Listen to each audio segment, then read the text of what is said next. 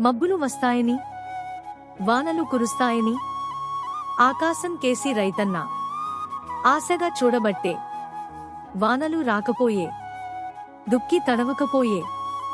రైతన్న కళ్లల్లో కన్నీళ్లు తిరగబట్టే, దిక్కు తోచక రైతన్న దిక్కులు చూడబట్టే ఆశ నిరాశకాగా గుండె పగిలి రోదిస్తా ఉండే.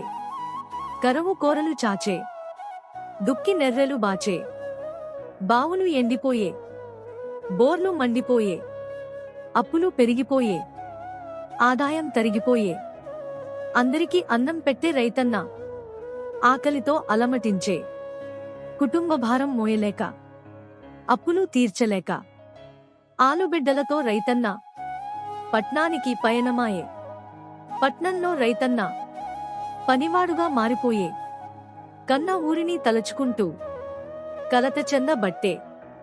ప్రభుత్వాలు పట్టించుకోవు, సమాజంలో చలనం లేదు. అన్నదాత రైతన్నను ఆదుకునే దిక్కులేదు.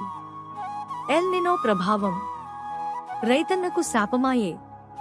ఈ పాపం ఎవరిది? ఈ ఘోరం ఎవరిది? ప్రభుత్వాలు ఆలోచించాలి, మేధావులు స్పందించాలి.